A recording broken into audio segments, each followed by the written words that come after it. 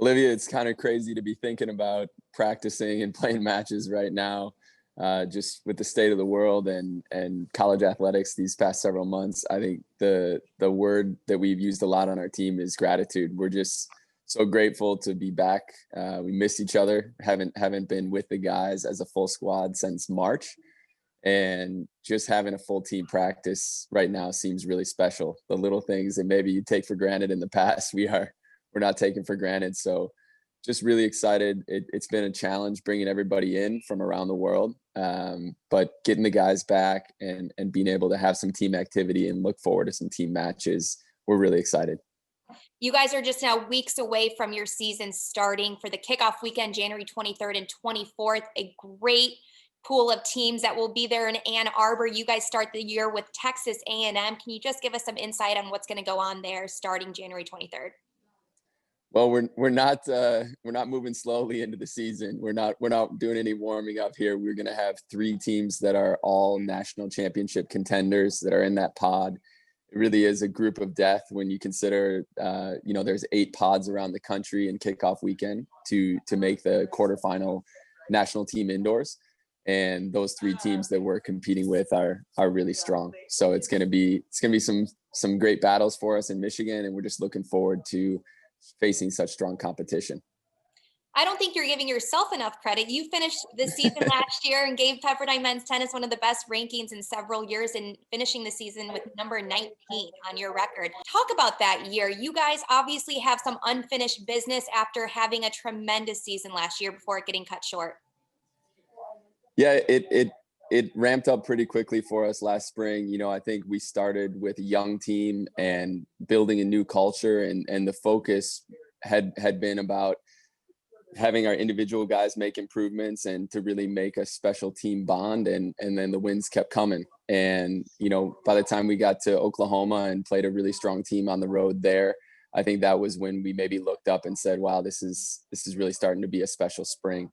I would say now, as fun as it was last year, March does seem like a long time ago.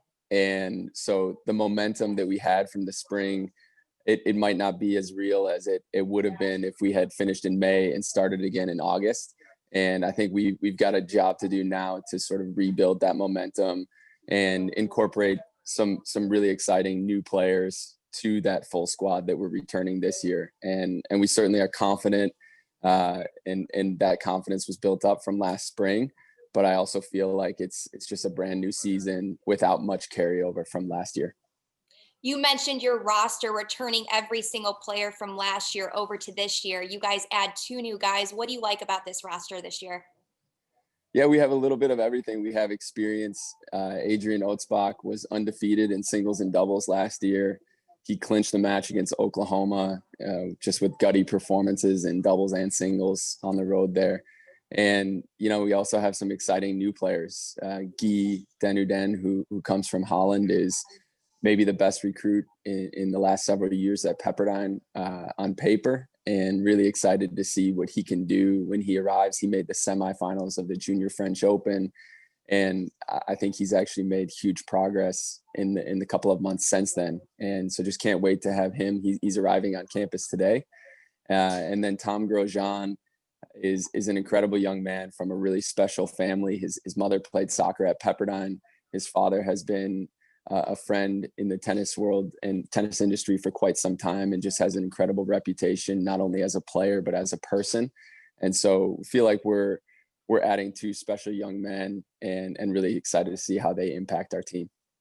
And then final question, just as you guys get ready in the next couple of weeks for the season to tip off, how are you right now getting ready to, get back into communication with all your guys, get back to practice, training, and then on top of this, making sure everyone's getting tested and quarantined? Walk us through that latest update as of today.